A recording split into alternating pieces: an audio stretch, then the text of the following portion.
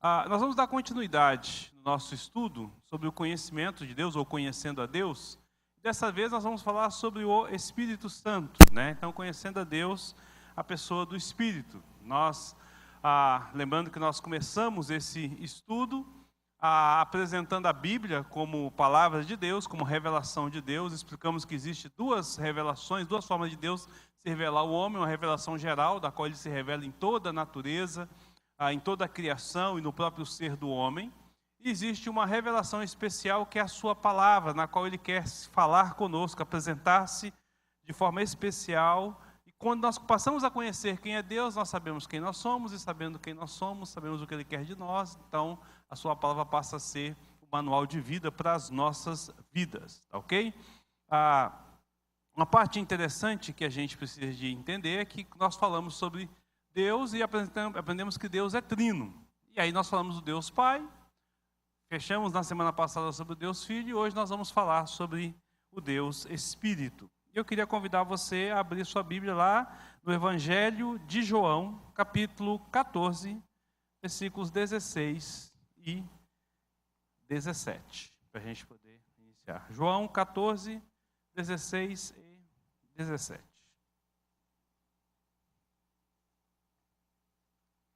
Evangelho de João, capítulo 14, 16 e 17.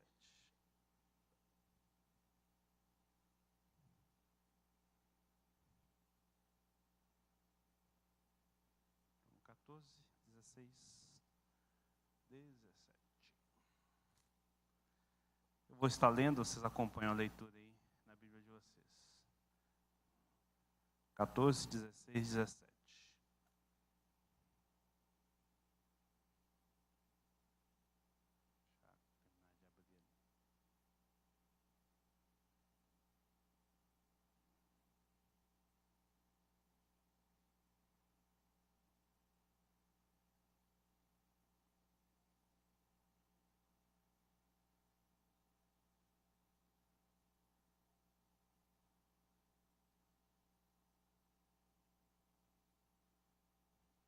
Pronto?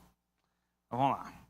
E eu rogarei ao Pai, e Ele vos dará outro Consolador, a fim de que esteja para sempre convosco, o Espírito da verdade, que o mundo não pode receber, porque não o vê, nem o conhece.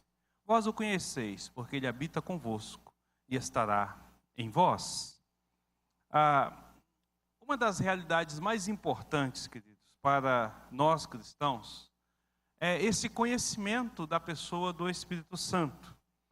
Embora ele não seja muito bem entendido ao longo da história da igreja, e principalmente nesses tempos atuais, tem se misturado muito, tem se confundido muito sobre a pessoa do Espírito, né?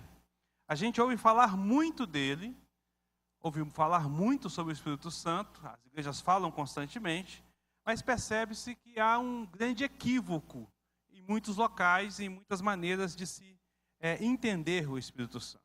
Né? Este desconhecimento a respeito da pessoa do Espírito Santo, ele pode causar muitas dificuldades na vida do cristão e na vida da própria igreja, e pode até gerar grandes e graves heresias. Então é importante a gente entender isso. Mas hoje em dia, na nossa realidade atual, nós temos vivido há dois grandes extremos, entre tudo isso, toda essa confusão que acontece com a pessoa do Espírito Santo, sobre tudo que tem sido visto de forma confusa, espalhado por aí, né? Então, assim, somente hoje os teólogos do Facebook postam de tudo lá, e aí a pessoa fica perdida com um monte de informação que não tem nada a ver. E aí o que acontece? A igreja tem caído para extremos por conta disso. Por um lado, nós vamos ver um grupo que eles priorizam uma relação cognitiva com Deus, né? E corre o risco de transformar Deus num conceito abstrato, numa ideia. E quando nós vemos as pessoas que têm essa visão de Deus, como se fosse um conceito abstrato, como se fosse uma ideia, isso eu estou falando de igreja cristã, não estou falando de outras seitas, estou falando de igreja cristã, pessoas que têm uma visão de um Deus muito abstrato. A tendência é transformar o Espírito Santo numa força linear, não numa pessoa, não naquilo que ele é como Deus, mas uma força agente de Deus, né? Por outro lado, nós temos um outro grupo que eles enfatizam e de forma muito forte uma experiência mística com esse Espírito, né? E eles correm então o risco também de transformar a pessoa do Espírito Santo numa força e numa energia. Então, por um lado nós temos aqueles que pegam a Deus e coloca ele num conceito abstrato, não num conceito de pessoa, e transforma o Espírito Santo numa força e numa energia cinética, que move, que movimenta. É a visão mais gnóstica das coisas, né? Mais agnóstica das coisas. E isso tem acontecido muito no meio da igreja. Às vezes não de forma expressa, não de forma falada. Não é que a pessoa diz assim, Deus é um ser abstrato. Não.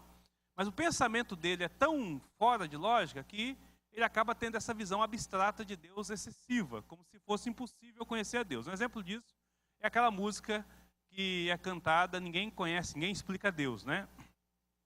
Quando nós estávamos estudando sobre a pessoa de Deus, nossa, essa música ela tem alguma coisa de verdade, mas tem muita coisa de errado, porque nós estamos explicando Deus aqui. Então há algum conhecimento de Deus possível. Quando eu estou nesse conceito abstrato de que eu não consigo explicar nem conhecer, a pessoa do Espírito some nessa situação, tornando-se uma força, uma energia, uma impulsão de Deus. Por outro lado, quando eu começo a ter uma ênfase maior para uma experiência mística, para algo sobrenatural acontecendo sobre a minha vida, né? uma ação especial, uma unção especial de Deus, eu também há uma tendência também de levar a ver esse Espírito Santo só como essa energia que age, que movimenta, que se manifesta. Então, observe que nos dois extremos, naquele mais agnóstico e naquele mais carismático, a ideia é que o Espírito Santo deixa a sua personalidade, ele perde a sua personalidade, ele deixa de ser a pessoa que ele é. E nós precisamos de buscar uma visão equilibrada da Bíblia, desprovida de qualquer preconceitos, né? A respeito de quem é o Espírito Santo. Quando eu uso a palavra preconceito, eu não uso no sentido que ela muitas vezes ela é usada para se referir, por exemplo, à questão do negro, do homossexual, né? Tem preconceito. Não, preconceito no sentido de um conceito antecipado, sem o conhecimento devido, sem o devido entendimento. Essa é a ideia da palavra preconceito, né? Então, quando eu falo do preconceito a respeito do Espírito Santo, é que você busca ter uma visão achando que você sabe o que é, que você conhece o que é, você pega os seus pressupostos e aí você não quer observar com clareza aquilo que de fato é. E aí, para a vida do cristão, isso é algo extremamente terrível. Por isso que nós devemos buscar uma orientação direta à luz da Bíblia. Ok? Entenderam o que eu falei ou compliquei meio de campo aí? Deu para entender, né? Deu para entender. Então, beleza. Bom, o que a Bíblia nos ensina sobre o Espírito Santo? Eu já comecei falando, porque a gente já falou sobre isso, sobre a Trindade, que o Espírito Santo é uma pessoa da Trindade, uma pessoa do próprio Deus, né? Deus é 3 em 1. Então, o Espírito Santo, ele faz parte da divindade, daquilo que Deus é. Mas é muito, muito complicado quando a gente fala do Espírito Santo, à luz da Bíblia, até para a gente poder explicar isso, porque como pessoa, nós temos uma dificuldade de relação, ou de envolvimento, ou de visão a respeito desse ser celestial, desse grande, poderoso, excelso, magnânimo Deus a quem nós servimos, né? Mas é muito claro algumas coisas. Eu queria convidar você a abrir a sua Bíblia, por exemplo, lá em Atos capítulo 5, versículos 3 e 4. Eu gostaria de pedir que alguém lesse para mim. Atos dos Apóstolos, capítulo 5, versículos 3 e 4. Atos, capítulo 5, versículo 3 e 4. Deixa só chegar o microfone aí para o pessoal poder ouvir. Atos, capítulo 5, versículo 3 e 4.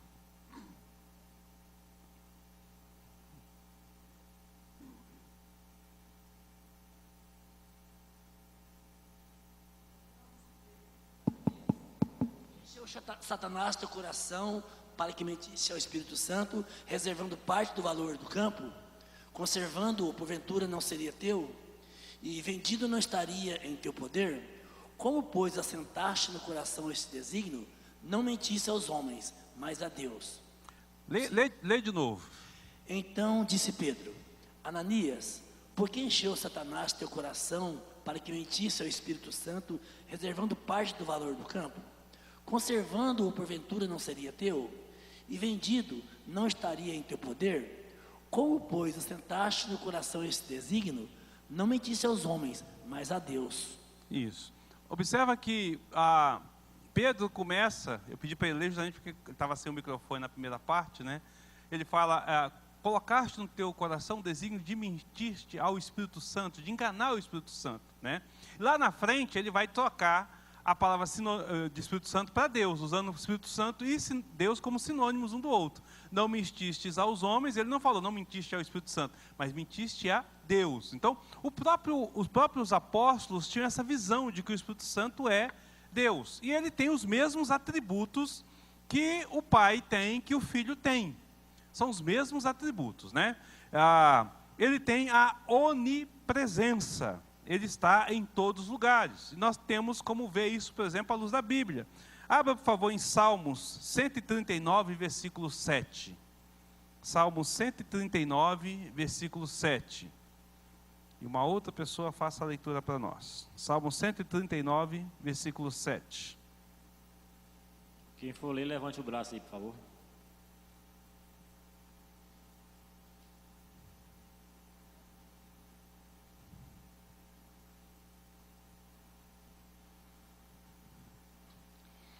Para onde me ausentarei do teu espírito?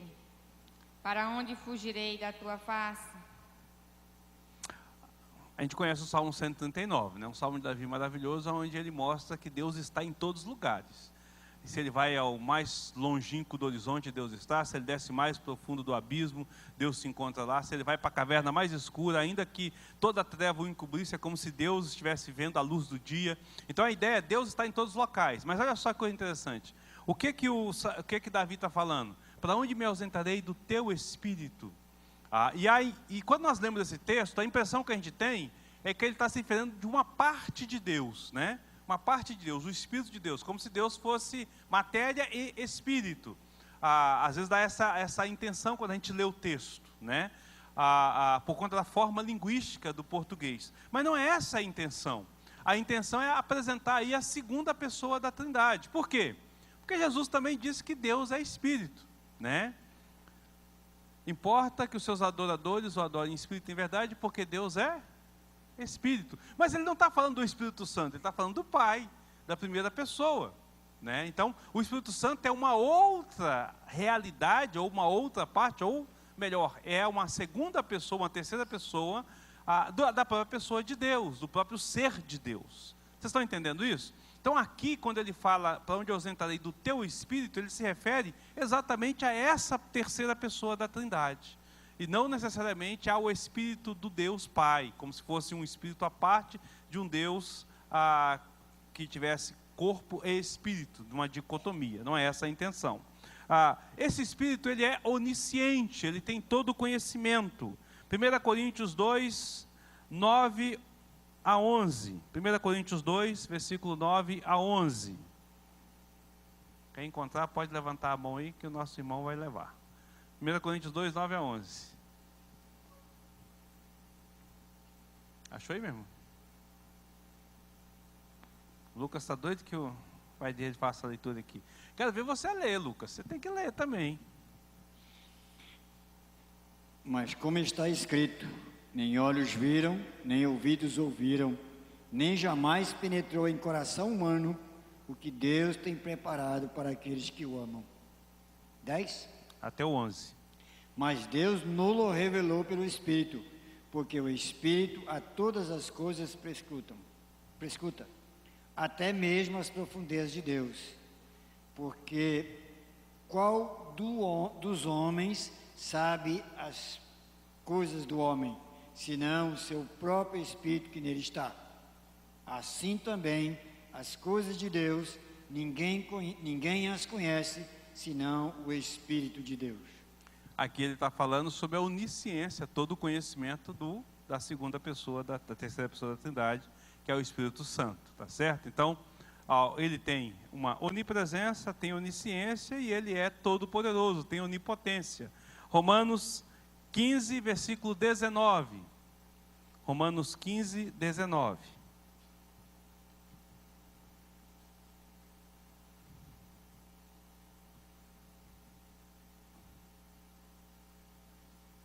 Quem achou?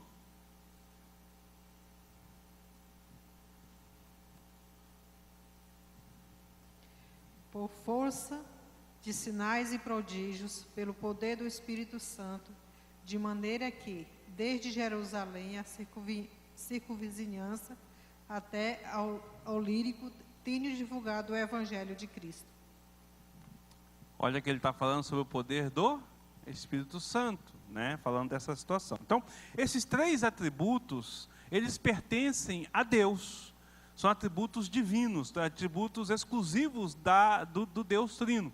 O Pai, o Filho e o Espírito Santo vivem esse mesmo atributo, são essa mesma realidade, tá certo? Tem também a questão da eternidade. Hebreus 9, 14.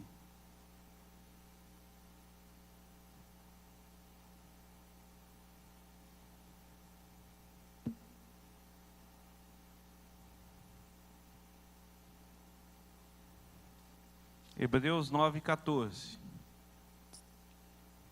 Muito mais o sangue de Cristo, que pelo Espírito eterno a si mesmo se ofereceu sem mácula a Deus, purificará a nossa consciência de obras mortas para servirmos ao Deus vivo. Ao Espírito eterno. Tem a questão da eternidade. Então, quando nós olhamos então para a pessoa do Espírito Santo, a gente não pode distinguir ele daquilo que é o próprio Deus. E aí é importante a gente entender que não existe uma escala de valores na Trindade. Porque às vezes a gente fala assim, a primeira pessoa, a segunda pessoa, a terceira pessoa, a gente tem aquela ideia de escalas, né? De primeiro lugar, segundo lugar e terceiro lugar. Não é isto que é. Nós usamos isso aí para poder tentar separar, né? Mas não é primeira, segunda e terceira em termos de escala. Ambos são eternos, ambos são poderosos, ambos são o mesmo Deus, é o mesmo Deus. Todos eles ali dispõem do mesmo poder, da mesma ação, da mesma manifestação. O problema é que o Espírito Santo, o Pai e o Filho, eles naquilo que nós chamamos de economia da salvação, naquilo que nós chamamos do projeto, do plano e na execução da salvação, tem papéis diferentes. E quando nós olhamos para os papéis, é que a gente vai pensar nessa visão de autoridade e inferioridade. Por isso que muitas vezes a gente fica confuso com essas questões da pessoa do Espírito Santo. Porque ele não vai aparecer tanto numa obra ou numa ação de frente, como nós vamos ver o Filho e vamos ver o Pai. Então a ideia ou a expressão que se tem, a impressão que se tem, é de que ele é algo inferior. E muitas vezes é até visto como se fosse só uma força agente, como se fosse algo que estivesse ali conduzindo impessoal e não uma pessoa. Porém, não é esta a realidade da qual a Bíblia apresenta. Vocês estão entendendo isso? Pergunta? Não? Comentário? Aquele exemplo de Abraão, quando ele estava conversando sobre a destruição de Sodoma e Gomorra. 2 foram e 1 ficaram. Depois parece Deus conversando com ele. Nesse caso foi Jesus e o Espírito Santo? Nós vamos ter 2 visões na linha da chamada teofania, ou da manifestação de Deus, Deus tomando forma humana na teologia. A mais aceita, ou a mais concorde entre elas, é de que todas as manifestações teofânicas, ou seja, todas as aparições em que Deus se apresenta, nós temos a segunda pessoa da Trindade. Porque nós temos Jesus falando que ninguém jamais viu a Deus, senão o Filho a quem ele enviou. Então assim, se Jesus fala isso num contexto de eternidade, todas as manifestações, inclusive sobre a virada do dia, em que Deus caminhava e andava com Adão, desde aquela época nós temos a pessoa do Filho como o Deus Emanuel, o Deus conosco, como aquele que se comunica conosco. Então todas as manifestações vão estar aí, tá certo? Então Deus Pai jamais se manifestou dessa forma. Nós vamos ter um outro grupo que vai dizer assim, não, em alguns casos nós tivemos a manifestação do Pai, em outros casos nós tivemos a manifestação do Filho, em outros casos nós tivemos a manifestação do Espírito, né? Só que aí é meio confuso isso. Por exemplo, como? Por exemplo, o anjo lá que caminhou com Abraão era Jesus, tá certo? Mas a voz que falava do céu com Adão, o que chamou Noé, era o Pai, tá certo? Mas a sarça que queimava era o Espírito. Agora, como é que eu separo qual que é qual? Não dá para separar, né? Então, não dá para separar. Mas a ideia é justamente isso, é para mostrar que os três têm o mesmo poder e a mesma relação. Eu creio que toda manifestação que houve a partir da segunda pessoa. Por quê? Por conta exatamente dessa economia da salvação, sobre o papel de cada um na salvação. Entendeu? E o papel do Filho na salvação, do Jesus, o Cristo, é de ser o Deus conosco. É o Deus que comunica, que caminha, que anda conosco. É o Deus que intercede, que vive por nós. Então é o Deus que se relaciona conosco. Não é obra do Pai e não é obra do Filho nesse sentido, do Espírito nesse sentido. Tá? Expliquei ou confundi? Explicou? Toda vez que se manifestou de forma humana, em forma de voz, em forma de ação, nós temos a pessoa da segunda, porque ele é a manifestação de Deus junto ao homem.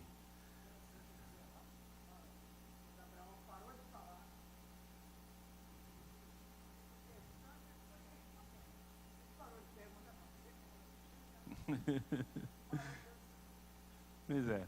Então, assim, como é que funciona essa economia, então? Vamos pensar aqui na economia da salvação. Por que nós temos essa visão de escalas de valores? Por quê? Porque a função do Pai é a função de arquiteto, de projetador, é quem fez o projeto, é quem articula toda aquela situação.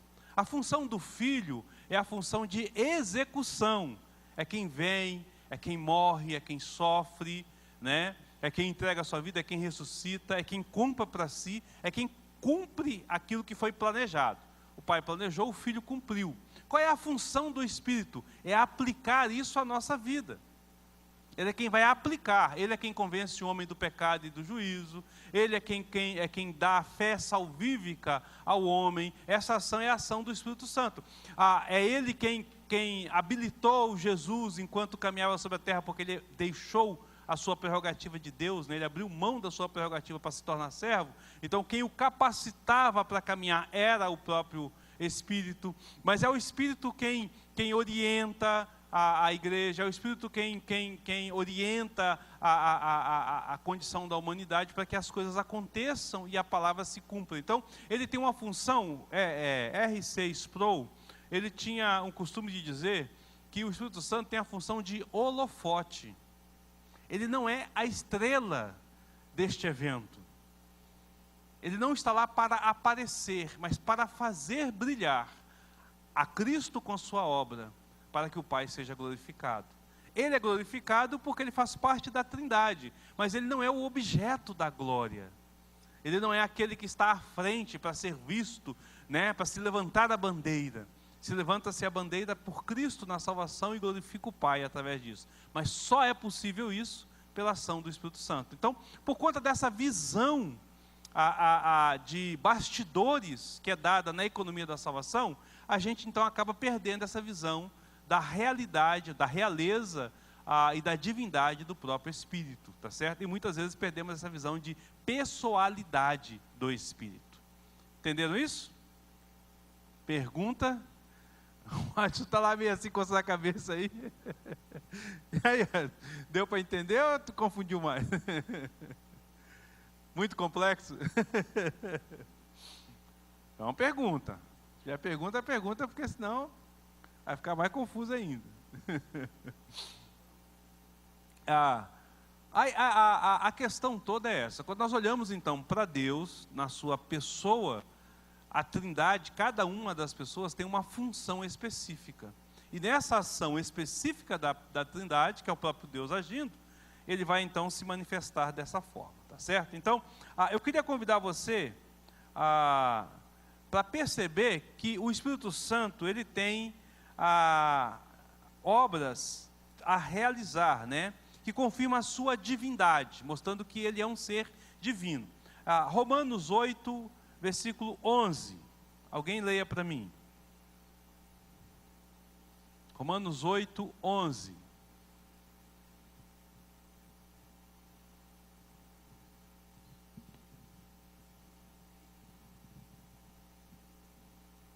Alguém achou? Quem achou?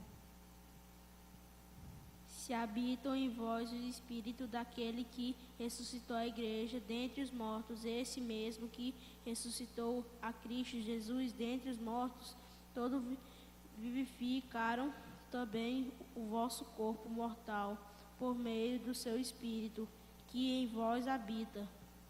Então, observa que ele está dando ao Espírito Santo, Paulo ao escrever, um atributo divino. Ele é responsável pela ressurreição de Cristo e é responsável pela nossa ressurreição, né? Algo que não é feito a não ser pela própria divindade, pela própria ação de Deus. Mas nós temos mais, quer ver? Nós vamos ver isso na obra da redenção de uma forma mais clara. Tito, capítulo 3, versículo 4 e 7. Tito, capítulo 3, versículo 4 e 7.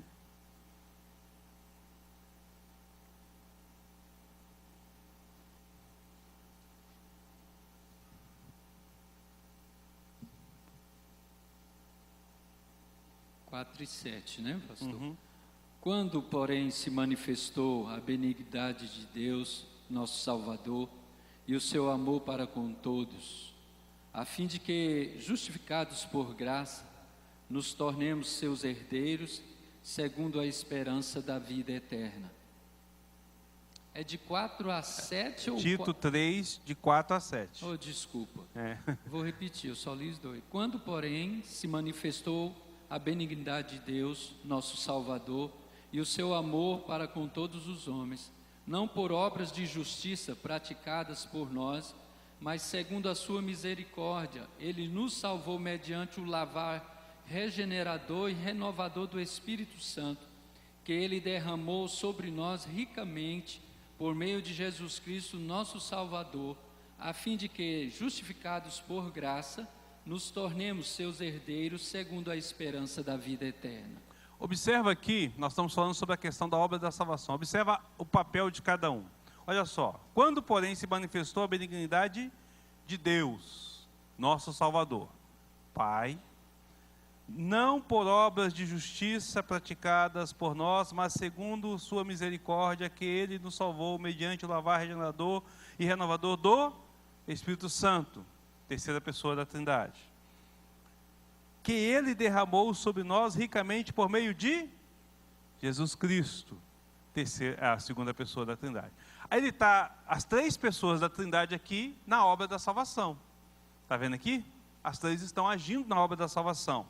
A manifestação da benignidade de Deus, a aplicação da misericórdia e da salvação através da regeneração e do lavar do Espírito Santo, e a conquista disso pela obra de Cristo Jesus. Então, um posicionou e direcionou, o outro executou e o terceiro aplicou isso em nossas vidas. Então, aí é que está a grande questão. Nós vemos isso também na fórmula do batismo.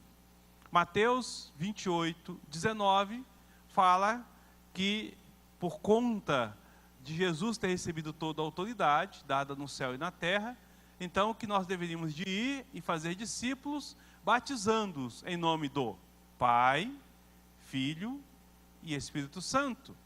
Então perceba que o batismo, esse fazer discípulo e esse batismo, ele está apontando para a Trindade, para um Deus trino, né? Nós batizamos em nome de, e aí é interessante que quando usa a expressão em nome de, está falando no poder de, na autoridade de, concedida por. E aí Jesus fala assim, toda a autoridade me foi dada. Quem é que está sentado à destra de Deus, regendo e governando o mundo? O Filho, não é? É isso que ele fala? Quem é que tem toda a autoridade sobre o céu e sobre a terra? O Filho. Então, quando a igreja recebe alguém e vai batizá-lo porque ele foi convertido a Cristo, porque ele entendeu a mensagem e vai passar pelo batismo, nós falamos assim: nós te batizamos com a autoridade, ou na autoridade de quem? Do Filho? Do Pai, do Filho e do Espírito Santo. São os três que estão ali, tá certo? Se o Espírito Santo não fosse uma divindade, ele não estaria ali. Ele faz parte da divindade, entende? Assim como na obra da salvação nós podemos ver isso aí. E nós vemos isso mais, nós vemos isso na bênção apostólica. Quando Paulo encerra a sua carta e dá a bênção apostólica, abre lá por favor, 2 Coríntios, capítulo 13, versículo 13. Olha só, 2 Coríntios 13, 13.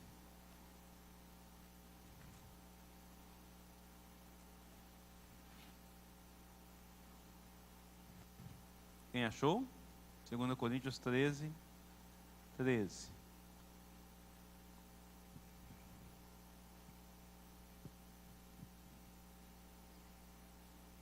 A graça do Senhor Jesus Cristo e o amor de Deus e a comunhão do Espírito Santo sejam com todos vós. Olha só que coisa interessante. Paulo está abençoando a sua igreja. Sempre que nós terminamos o culto de domingo, nós pronunciamos essa bênção, né? A bênção apostólica. E ela está dizendo o seguinte, que a graça do Senhor Jesus, o amor que é de Deus, né? E a comunhão que pertence ao Espírito, seja derramado sobre a igreja. Cada um tem um papel e uma função. Cada um tem uma atividade, uma relação e uma correlação com a igreja, tá certo? Então, nós podemos perceber de forma inequívoca a igualdade da pessoa do Espírito Santo. E nós lemos 3 textos em que a ordem das pessoas se invertem. As ordens das pessoas se invertem. O primeiro texto fala de Deus Pai em primeiro lugar. O segundo texto vai falar do Deus Filho em primeiro lugar. Terceiro, então a ordem das pessoas, elas vão se alterando. E você vai encontrar isso na Bíblia constantemente. A ordem alterando, como por exemplo no caso lá, quando Ananias erra, né? Qual foi a palavra que foi usada por parte de Pedro? Você mentiu ao Espírito Santo. Não mentistes a homem, mas mentistes a Deus. Ele usa a expressão de Espírito Santo primeiro e refere-se a esse Espírito como o próprio Deus, colocando essa força. Se fosse usar em forma de força ou de outra coisa, de uma ação e não de uma pessoa, se fosse uma ação impessoal, ele não poderia dizer mentistes ao Espírito Santo. E a Bíblia está cheia de textos assim, onde nós entristecemos o Espírito, onde o Espírito intercede por nós, ainda que seja com gemidos inexprimíveis, que o Espírito Santo traduz a nossa oração. Vocês não sabem orar como convém, mas o Espírito Santo que habita em vós. Então, todas essas expressões são expressões que vão mostrar a personalidade do Espírito. Ele é uma pessoa e não uma força. Conseguem perceber isso? Ele não é uma força agente impessoal, mas ele é uma pessoa que se manifesta. Tá? Então todos esses textos vão apontar para a divindade, para os atributos que pertencem à divindade e para a pessoalidade do próprio Deus. Pergunta.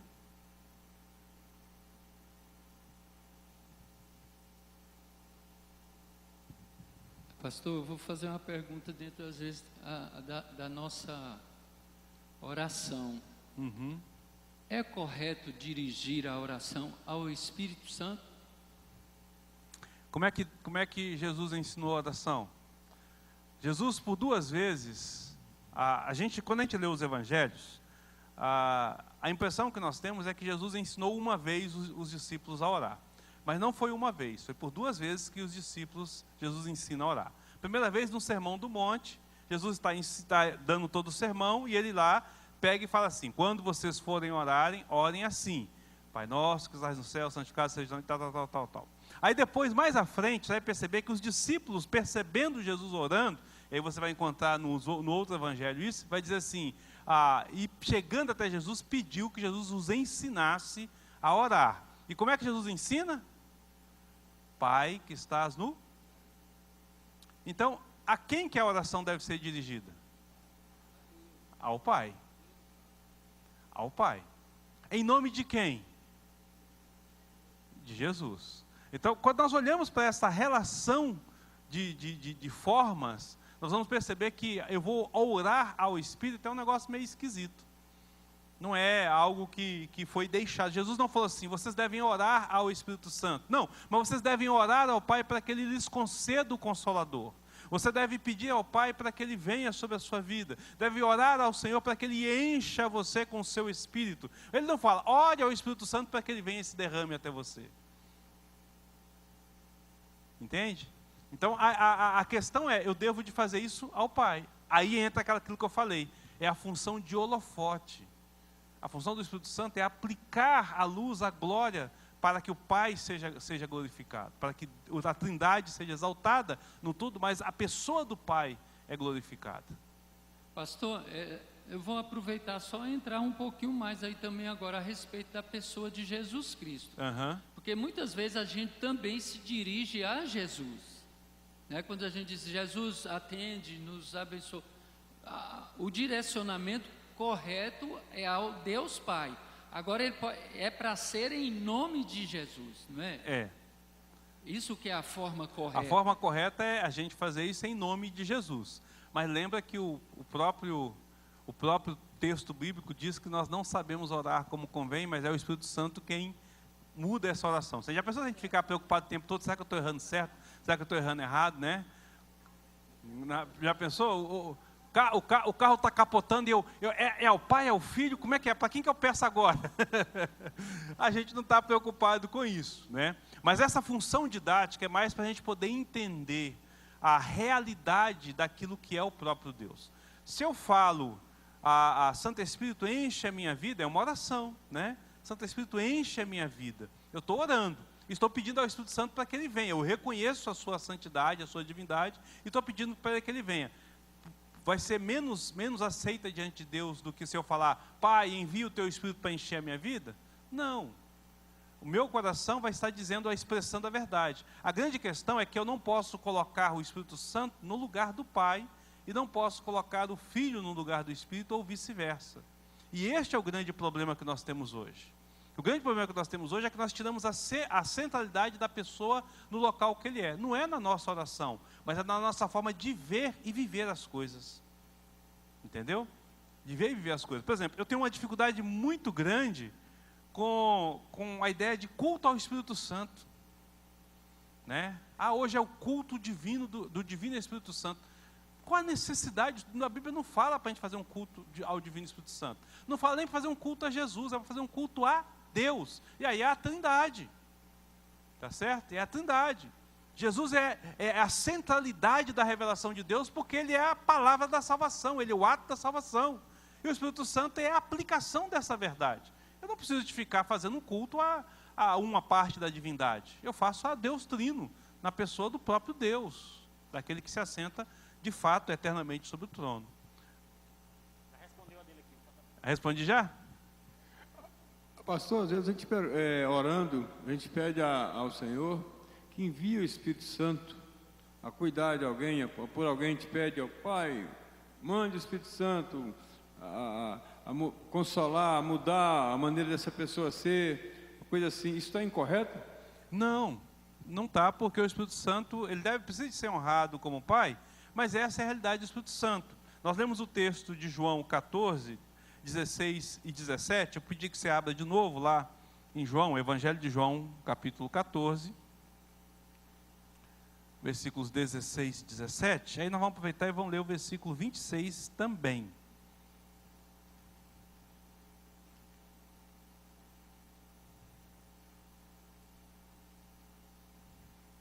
Acharam aí? João 14, versículos 16 e 17. Quem vai ler, pode ler. E depois o versículo 26. Olá, tá ligado. E eu rogarei ao Pai, e Ele vos dará outro Consolador, a fim de que esteja para sempre convosco. O Espírito da verdade, que o mundo não pode receber, porque não vê nem o conhece. Vós o conheceis, porque Ele habita convosco e estará em vós. 26. Mas o Consolador, o Espírito Santo, a quem o Pai enviará em meu nome, esse vos ensinará todas as coisas e vos fará lembrar de tudo que vos tenho dito. Olha só que coisa interessante. Jesus está falando aqui da vinda do Paráclito, do próprio Espírito, né? A palavra Consolador aí é justamente essa, é o Paráclito, é aquele que se coloca do lado. Essa palavra ela pode ser traduzida como conselheiro, auxiliar, advogado, amigo, ombro a ombro, é alguém ombreado, é aquele que se coloca do lado. E aí ele fala o seguinte, que ele precisa de ir, Jesus precisa de ir, porque se ele não ir, o Consolador não vem, né? Ele vai dizer que esse Consolador vai nos guiar à justiça e à verdade, que esse Consolador vai nos fazer compreender as coisas, vai nos trazer o discernimento e o conhecimento de todas as coisas, que ele é aquele que estará conosco agora, e ele já habita em nós, mas viverá constantemente em nós, colando aqui no texto do que ele está falando, né? Da forma como ele está colocando. E aí ele fala que esse Consolador é o Pai quem enviará. Quando nós oramos e falamos assim, Senhor, envia teu Espírito para consolar, para confortar fulano que está enlotado, ou que passou por uma situação difícil, ou uma dificuldade, eu estou falando assim, Senhor, cuida daquele coração.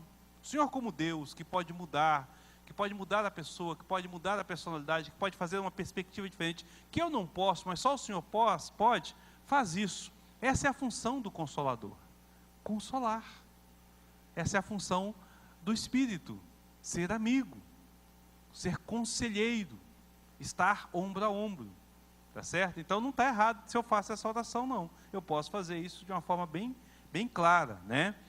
E aí Jesus faz essa oração e faz essa colocação para os seus discípulos, pouco antes dele morrer, né, dizendo que ele precisava de ir para que o outro viesse. Então, Jesus o apresenta assim, como o outro, como aquele que vem.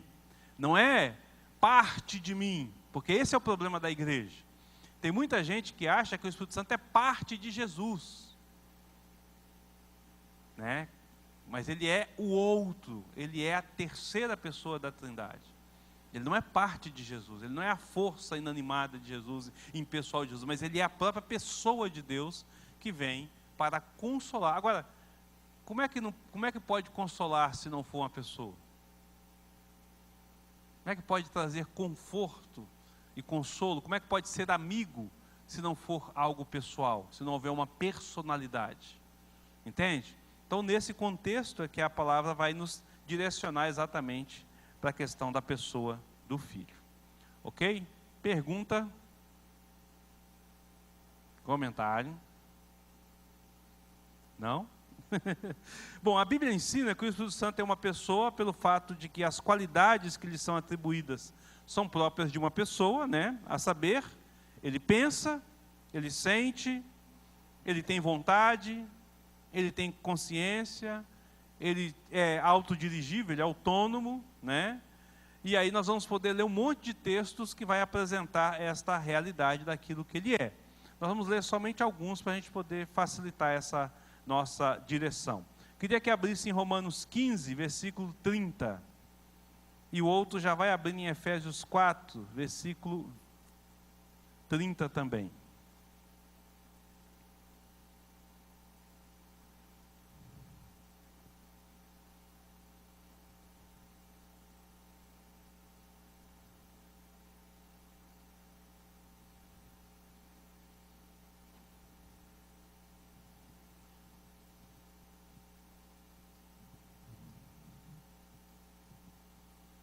Acharam aí?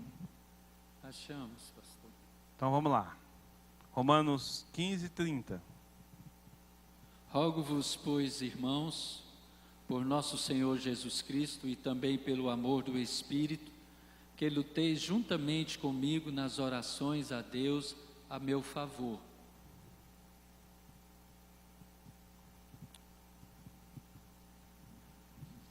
Qual é o outro agora? Vamos lá? 4:30. E não entristeçais o Espírito de Deus, no qual foste selado para o dia da redenção. Como é que pode não ser uma pessoa? O Romanos 15:30, eu estava aqui perdido aqui, acabei me perdendo aqui no texto. Lê de novo para mim, por favor, meu irmão.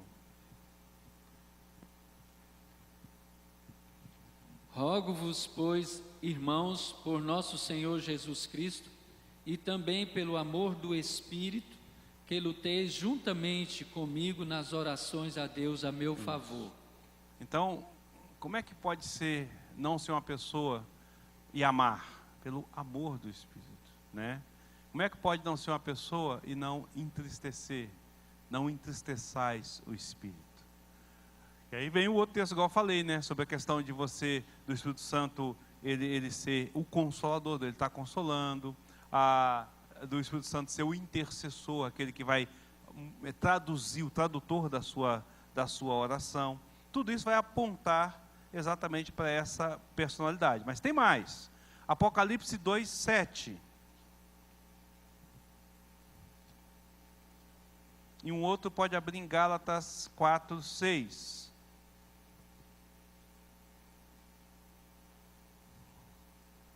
Apocalipse 2:7, Gálatas 4:6.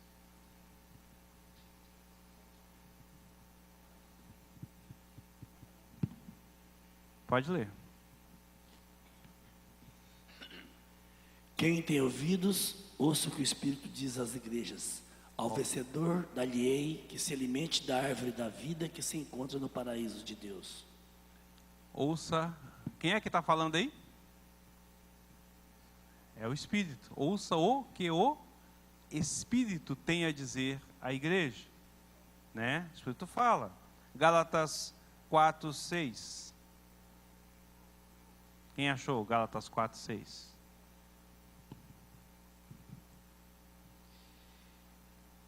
E porque vós sois filhos, enviou Deus ao nosso coração o Espírito de seu Filho, que chama Abba Pai. Não é que o Espírito se chama Abba Pai, né? Mas o Espírito que chama, o Espírito que fala Abba Pai, é o Espírito quem fala essa realidade, né? É um Espírito que chama, um Espírito que pede, né? Então não é uma força. E aí nós vamos encher de versículos que vai dizer. A grande questão é que esse Espírito, então, ele é uma pessoa. Ele é a terceira pessoa da Trindade. Ele não é somente uma boa influência, uma energia, uma força impessoal, mas ele juntamente com o Pai e o Filho, ele é Deus, com o mesmo poder, mesma força, mesma essência, porém, na economia da salvação, com uma atuação diferenciada. É ali que ele age de forma diferente, é isso que faz toda essa diferença, tá certo? Agora, o que nós vamos fazer? Para conhecer o Espírito, para conhecer então Deus, para conhecer a terceira pessoa da Trindade, nós precisamos de entender a obra dele na salvação. E é isso que eu quero trazer como conhecimento. Isso aqui foi só uma introdução para aquilo que a gente já sabe, que o Espírito Santo é Deus. Mas é só para firmar isso na mente da gente, firmar esse conceito na mente da gente e firmar essa realidade daquilo que ele é. Agora nós vamos entender como ele age, qual é a função dele, porque essa que é a grande confusão que acontece no meio da igreja hoje, né? Qual a finalidade, então, do Espírito Santo? Qual é o papel do Espírito Santo no meio da igreja? Qual foi o papel do Espírito Santo na economia? Qual é o papel do Espírito Santo na palavra de Deus? Então, é isso que nós vamos estar aprendendo à medida que a gente vai caminhando sobre isso, ok? Alguém tem alguma pergunta mais a fazer? Daniel? Se tem aquele versículo que fala que Deus é Espírito. Esse versículo se refere ao Espírito Santo? Ou esse versículo diz que Deus é Espírito? Porque se o Espírito Santo é Espírito, Deus é o quê? Entendeu? Daniel e suas filosofias. Esse versículo se refere ao Pai. Jesus está falando do Pai. Ele está se falando da primeira pessoa da Trindade, que também é Espírito, né? Ele não está se referindo à segunda pessoa da Trindade. Poderia ser usado para as duas pessoas da Trindade, a segunda e a terceira, mas a ideia ali é quem aquele texto está se referindo a quem eu devo de adorar, né? Se eu devo de adorar aqui ou se eu devo de adorar lá, e como é que eu faço isso? E aí a pergunta que é feita, a resposta é a seguinte: os verdadeiros adoradores adoram a Deus em espírito e em verdade, porque Deus é espírito. Nós sabemos que isso se refere a Deus, porque quando nós olhamos para o Antigo Testamento, e o texto está se referindo ao Antigo Testamento, nós não vemos no Antigo Testamento, de forma clara, a revelação das duas pessoas da Trindade seguintes, que é o Filho e o Espírito. Nós só vemos a revelação mais clara do Pai, como um único Deus, há um só Deus. Nós vamos ter uma visão de que esse um só Deus é um Deus trino, a partir do Novo Testamento, que é a revelação daquilo que estava oculto, do que era mistério no Antigo, então passa a ser. Então, quando nós olhamos para o Antigo Testamento com a ótica do Novo Testamento, aí nós conseguimos perceber no Antigo Testamento as três pessoas da Trindade. Mas se você só lê o Antigo Testamento, sem a ótica do Novo Testamento, sem a revelação do próprio Senhor Jesus, você vai ter Pai, tá certo? Complicado aí ou vocês entenderam? Bom, querido, nós vamos encerrar por aqui. Semana que vem a gente vai ficar mais claro, porque aí semana que vem a gente já começa a estudar a pessoa do Espírito Santo na sua obra, então fica mais fácil da gente entender. O que nós estávamos mostrando aqui é só essa realidade de que Ele é. Então, Deus, o Espírito Santo é Deus, igual forma, força e poder, né, com a mesma substância, Ele é consubstancial junto ao Pai e ao Filho, Ele não é menor, não é maior, né, Ele não é inferior, Ele tem as mesmas propriedades, porém, na economia da salvação, Ele tem uma atividade à parte, assim como o Filho tem, assim como o Pai tem. Na criação, esteve presente também.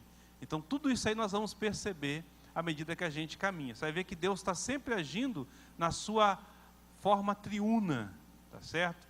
Em todo o seu ser, em toda a sua essência, sempre há a participação dos três naquilo que há. Somente quando nós olhamos para a salvação, é que nós vamos ver distinção das pessoas.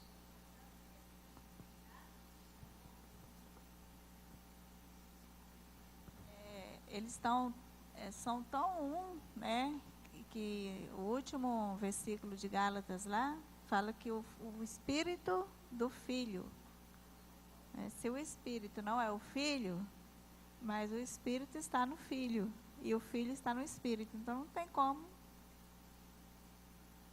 distinguir, né? E aí é que entra, né? Aí que fica complicado quando a gente olha para justamente essas questões. Mas assim, só para a gente poder, de fato, encerrar mesmo, qual é a grande importância de saber isso? Muito da heresia que tem acontecido na igreja atualmente está exatamente por desconhecer as pessoas da Trindade e o papel de cada um, né? Igual eu estou falando, tem gente fazendo culto ao Espírito Santo. Gente, faz culto a Deus, né? Não precisa fazer um culto específico ao Espírito Santo. Tem muita igreja que dá muita ênfase à obra do Espírito Santo e esquece que a obra maior é a obra do Filho, é em nos salvar, em morrer em nosso lugar. A função do Espírito Santo é aplicar isso ao nosso coração. Então, isso também precisa de ser esclarecido, né? E às vezes, por uma questão de ceticismo, nós acabamos apagando por completo o Espírito Santo, como se ele não tivesse a atividade ou autoridade nenhuma, ou força alguma para agir. E aí nós acabamos tentando corrigir uma coisa, caindo em outro erro, em outro extremo. A nossa intenção é evitar isso, é trabalhar com a moderação e com aquilo que a palavra de Deus apresenta como verdade absoluta. Amém? Vamos colocar